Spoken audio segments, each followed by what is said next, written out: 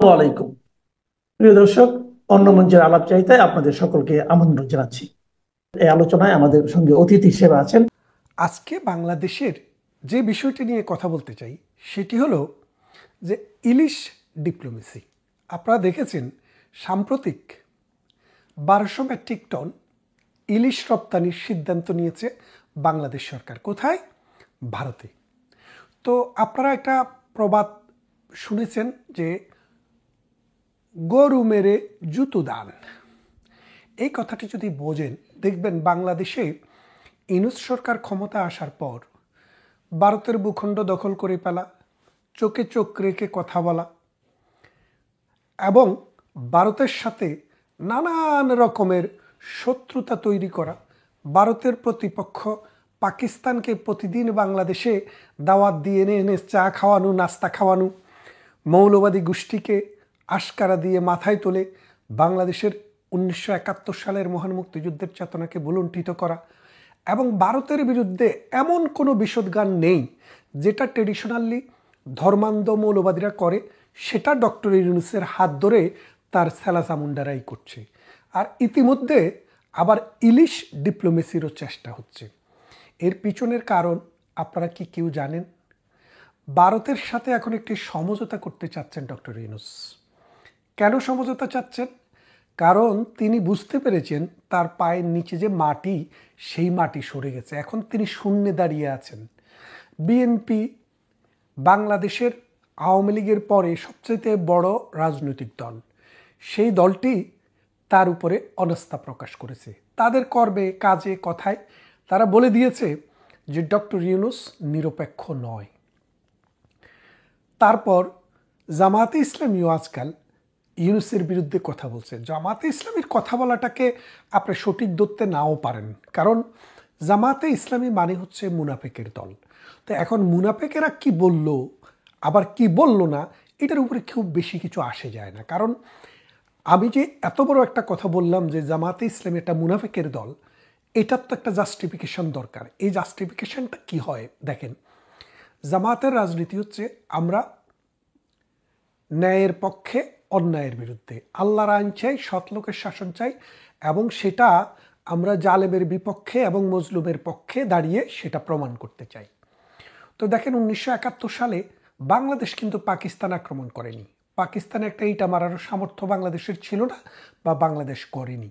ভূখণ্ডগতভাবে আমরা অনেক দূরে। পাকিস্তানের পশ্চিম পাকিস্তান থেকে এই পূর্বের অংশে এসে রাতের অন্ধকারে স্টেন গান, মেশিন গান এবং কামানের গোলায় হাজার হাজার মানুষকে এক রাতে হত্যা করেছে 26শে মার্চের কালো রাত্রিতে। তো তখন আপনি যদি হিসাব করেন যে তখন মজলুমকে আর জালিমকে, বাংলাদেশ কিন্তু পাকিস্তান যদি আক্রমণ করত, তার প্রত্যুত্তরে যদি পাকিস্তান এসে হামলা করত, তাহলে আমরা জালেম হতে পারতাম। কিন্তু সেদিন জালেম হয়েছে কারা? পাকিস্তান। এই জালেমদেরকে সহযোগিতা করার জন্য, এই জালেমদের পক্ষে দাঁড়ানোর জন্য জামাতে ইসলামী, আল বদর, আল শামস এবং রাজাকার, শান্তি কমিটি, এই রকম অসংখ্য পন্থ তৈরি করে, ছোট ছোট পন্থ তৈরি করে এই মজলুমের বিরুদ্ধে যুদ্ধে জালেমকে সহযোগিতা করেছে। তাহলে আপনারা দেখেন, যাদের মুখের কথা হচ্ছে আমরা মজলুমের পক্ষে, জালেমের বিরুদ্ধে, কিন্তু যখনই সময় আসে তারা দাঁড়িয়েছে জালেমের পক্ষে এবং মজলুমের বিপক্ষে। তাই আমি মনে করি যে তারা যাই বলে সেটা মিথ্যা বলে, প্রতিশ্রুতি দেয় মানুষের কাছে, ওয়াদা দেয়, সেটা ভঙ্গ করে। সুতরাং তারা হচ্ছে ইসলামের পরিভাষায় মুনাফেক। তাই তারা যে সরকারের বিরোধিতা করছে এটাতে আমল দেওয়ার কোনো দরকার নেই। এটা ডক্টর ইউনূসের সাথে তাদের ভেতরে ভেতরে কোনো একটা আন্ডারস্ট্যান্ডিংও হতে পারে যে তুমি বলবা আছি, আমি বলবো নাই, পরবর্তীতে ভেতরে ভেতরে আমরা একটা কাজ করে নেব। তাই বলছি, তো এই মুনাফেকরাও এই মুহূর্তে ডক্টর ইউনূসের বিরুদ্ধে দাঁড়িয়েছে। তাহলে এখন ডক্টর ইউনূসের পক্ষে আছেটাকে এই এনসিপি, যাদের জনসমর্থন 2%-এরও নিচে। বিশ্ববিদ্যালয়ের নির্বাচনেও দেখা গেছে যে এটা ছাত্র আন্দোলন ছিল। তরুণদের মধ্যে যদি তাদের এত নিম্নমানের মানে গ্রহণযোগ্যতা হয়, তাহলে বাংলাদেশের সাধারণ মানুষ, খেটে খাওয়া মানুষ, কুলি, কামিন, দিনমজুর, ঠেলা গাড়ি, রিক্সা চালক, এই যে আমাদের নিম্ন আয়ের মানুষেরা ভাইরা আছেন, তাদের সমর্থন তারা কতটা পাবে? তাই বলছি, ডক্টর ইউনূসের পায়ের নিচ থেকে মাটি সরে গেছে, অর্থনীতি ধসে পড়েছে, লক্ষ লক্ষ মানুষ বেকার হয়ে গেছে, আইন বলে কোনো কিছু নেই, মবের রাজত্ব যেটাকে বোঝায় সেই রাজত্বই কিন্তু ডক্টর ইউনূস টিকে আছে। তার যে মব সন্ত্রাসী, এই মব সন্ত্রাসী হাসনাত, সার্জিস, এরা এখন আর ডাক দিলে মানুষ আসে না। কেন আসে না? পাটোয়ারিরা ডাক দিলে এখন আর মানুষ আসে না, কারণ মানুষ বুঝতে পেরেছে তারা নিজেদের স্বার্থ চরিতার্থ করার জন্য এক সেট রাজনীতিবিদকে বাদ দিয়ে নতুন আরেক সেট রাজনীতিবিদ তৈরি করার জন্য, যাদের মূল উদ্দেশ্য হচ্ছে চুরি, চামারি, বাটপারি, লুণ্ঠন, দর্শন এবং বাংলাদেশকে কুক্ষিগতকরণ। তাই বাংলাদেশের মানুষ এই সন্ত্রাস, চাঁদাবাজ, এই দুর্নীতিবাজদের সাথে এখন নেই। তাহলে ডক্টর ইউনূস এখন কি করবেন? কোথায় যাবেন? আমেরিকার ডোনাল্ড ট্রাম্প, যদিও ডিপ স্টেটের এজেন্ডা আছে, কিন্তু ডোনাল্ড ট্রাম্প এই ডক্টর ইউনূসের সাথে এইসব নিয়ে তেমন মাথা কামাচ্ছেন না, যার কারণে এখন ডক্টর ইউনূস আমেরিকা তো পাত্তা পাচ্ছেন না, ঘরের ভিতরেও তার কোনো নিশ্চয়তা, নিরাপত্তা নেই। তাহলে কি করবেন? যাবেন কোথায়? সেই জন্য তিনি এখন ভেবেছেন, বাসুরের নাম তো মুখে লওয়া যায় না, ভারতকে খুশি করতে হবে। ভারতের সাথে একটা নেগোসিয়েশন করে, ভারতের সাথে একটি আলাপ আলোচনা করে যদি ভারতকে বোঝানো যায়, তাহলে হয়তো তার একটা সেফ এক্সিট হবে। না হয় হাটে মাঠে ঘাটে মানুষের পিটুনি খেয়ে ডক্টর ইউনূসকে পালাতে হবে। কারণ ডক্টর ইউনূস গত 16 মাস সময়ে, 14 মাস সময়ে বাংলাদেশের মানুষকে এমন কোনো স্বপ্ন, এমন কোনো বাস্তবতা এনে দিতে পারেনি যাতে করে মানুষ আগামী দিন ডক্টর ইউনূসের প্রতি আস্থা রাখতে পারে। একটি নির্বাচন সামনে, নির্বাচনটি যদি ফেব্রুয়ারি মাসে হয়, এখন মনে করেন সেপ্টেম্বরের মাঝামাঝি, আর যদি ফেব্রুয়ারির মাঝামাঝি হয়, তাহলে অক্টোবর, নভেম্বর, ডিসেম্বর, জানুয়ারি, ফেব্রুয়ারি, 5টি মাস। যে 16 মাসে 15 মাসে কিছু করতে পারেনি, তিনি আর মাত্র 5 মাসে দুনিয়ায় উল্টায় ফেলবেন, এটা কোনো মানুষ বিশ্বাস করে না। সুতরাং ডক্টর ইউনূস যে নির্বাচন করতে পারবে না, জাহাঙ্গীরনগর বিশ্ববিদ্যালয়ের নির্বাচন করতে গিয়ে 11,000 ভোটারের ধরেন 70% যদি ভোট কাস্ট হয়ে থাকে, সেই ক্ষেত্রে হয়তো 8,000 ভোট কাস্ট হয়েছে। এই 8,000 ভোট গুনতে 3 দিন সময় লেগেছে এবং অন্য দল এটাকে প্রত্যাখ্যান করেছে। তার মানে ডক্টর ইউনূসের কোনো কিছুতেই এখন আর অবস্থান নেই। এই যে পদ্মার ওপারে ভাঙাতে নির্বাচনী আসন পুনর্বিন্যাস করেছেন, এটা নিয়ে জনগণ যে মানে উন্মত্ত হয়ে উঠেছে। সেখানে দেখেন জামাতের লোক, বিএনপির লোকও আছে। আপনি খুঁজছেন কি? খুঁজছেন হলো পেশিবাদের দোসর।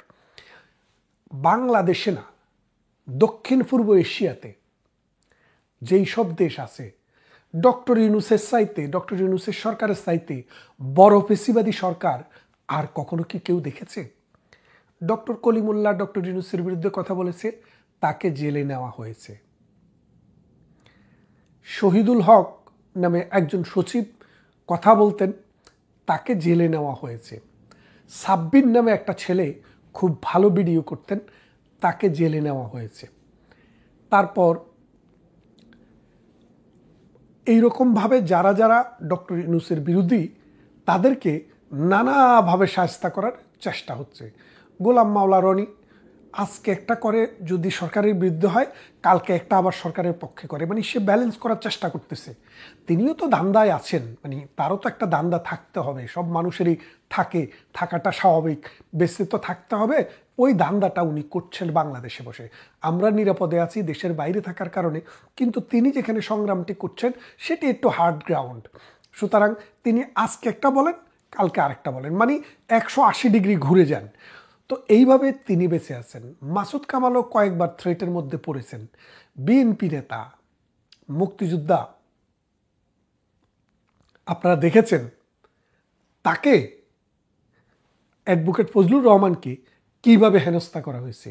সরকারের বাহিনী কি এই অ্যাডভোকেট ফজলুর রহমানকে যারা অপমান করেছে, নাজেহাল করেছে, তাদের বিরুদ্ধে কোনো ব্যবস্থা নিয়েছে? নেইনি। এটা কি পাবলিক নিউসেন্স হয় না? এটা কি প্রাইভেট নিউসেন্স হয় না? এটা কি একটা মানুষের উপরে আঘাত হয় না? অপমান করা হয় না? তার উপরে অ্যাসল্ট হয় না? এবং তাকে যেভাবে হুমকি দিয়েছে, তাদের কোনো বিচার হয়নি। তারপর ৭১ মঞ্চের পান্নাকে ধরে নিয়ে গেছে। ৭১ মঞ্চের লতিফ সিদ্দিকী তাকে ধরে নিয়ে গেছে। মাঝে মাঝে কথা বলতেন আমার শিক্ষক শেখ কার্জন, ঢাকা বিশ্ববিদ্যালয়ের প্রফেসর, তাকেও জেলখানায় নিয়ে যাওয়া হয়েছে। তার মানে হচ্ছে কি, আপনি যদি পেশিবাদ দেখেন, শেখ হাসিনার 15 বছরকে আপনি ইউনূসের এই 15 মাসের সাথে তুলনা করেন, আপনি দেখবেন শেখ হাসিনার স্কোর আর ইউনূসের স্কোর অনেক ডিফারেন্স। অর্থাৎ শেখ হাসিনা পেশিবাদ কাকে বলে এটা ডক্টর ইউনূসের কাছ থেকে শিখতে হবে। এবং এই জন্য বলছি যে আপনি কথা বলতে পারবেন না, সবগুলা পত্রিকা মিডিয়া দখল করে নেওয়া হয়েছে, নিয়ে সরকারের কথার বাইরে, সরকারের চিন্তার বাইরে কোনো কিছু করার মুক্ত বুদ্ধির কোনো স্থান বাংলাদেশে আর নেই। তাহলে আপনি এই যে পেশিবাদ বলছেন, মূলত পেশিবাদ কথাটা বলতে বলতে এই পেশিবাদটাকেই বাংলাদেশে প্রতিষ্ঠা করেছেন।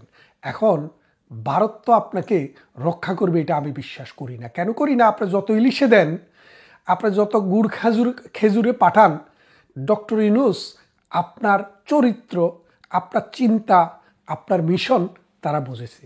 আপনি দক্ষিণ পূর্ব এশিয়াকে একটা জাহান্নাম বানানোর চেষ্টা করছেন। এমনিতেই দক্ষিণ পূর্ব এশিয়া নানান সমস্যায় জর্জরিত।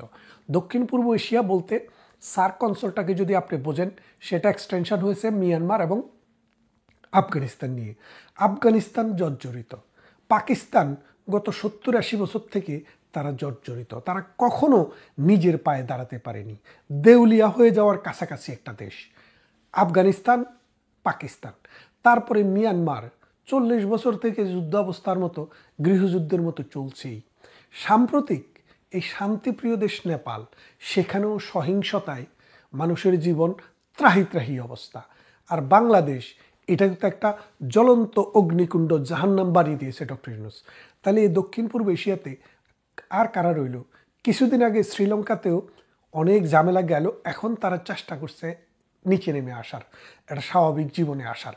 শুধুমাত্র ভুটান রইল, আর রইল মালদ্বীপ এবং ইন্ডিয়া। তো মালদ্বীপকে হিসেব করে লাভ নেই, ছোট ছোট কয়েকটা দ্বীপ, আর ভুটান তাও ছোট একটি দ্বীপ না, একটি পাহাড়ি রাষ্ট্র। এই ভুটান আর ইন্ডিয়া, শুধুমাত্র ইন্ডিয়াই তার গণতন্ত্রের জোরে, অসাম্প্রদায়িকতার জোরে, সাংস্কৃতিক বন্ধনের জোরে এবং ডেমোক্রেটিক হেরিটেজের কারণে ভারত কিন্তু এখনও মাথা উঁচু করে দাঁড়িয়ে আছে। তার প্রগ্রেস হচ্ছে, তার মানুষের জীবন উন্নত হচ্ছে এবং তারা আস্তে আস্তে আধুনিক রাষ্ট্রের দিকে হাঁটতে শুরু করেছে। এই ভারতের সাথে ডক্টর ইউনূসের চিরশত্রুতা।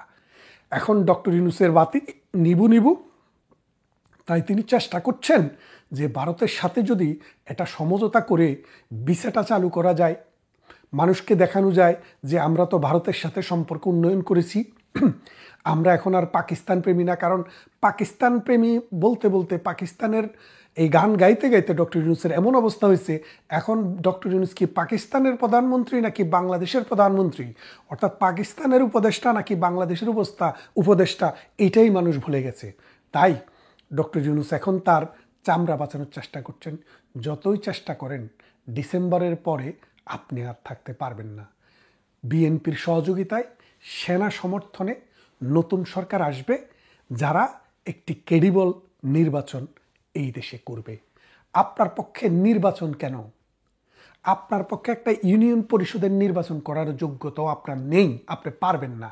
আপনার এই সন্ত্রাস বাহিনী, এই চাঁদাবাজ বাহিনী, এই নাসি বাহিনী দিয়া আপনি বাংলাদেশকে সুষ্ঠু, সুন্দর এবং স্থিতিশীলার দিকে নিতে পারবেন না। তাই আসুন, যত তাড়াতাড়ি সম্ভব কেটে পড়ুন, তা না হলে আপনার পরিণতি এই দেশে ইতিহাস হয়ে যাবে। ভালো থাকবেন। কথা হবে অন্য কোনো বিষয় নিয়ে, অন্য কোনো বিষয়ে এবং অন্য কোনো সাবজেক্ট ম্যাটারের উপর। ততক্ষণ ভালো থাকবেন।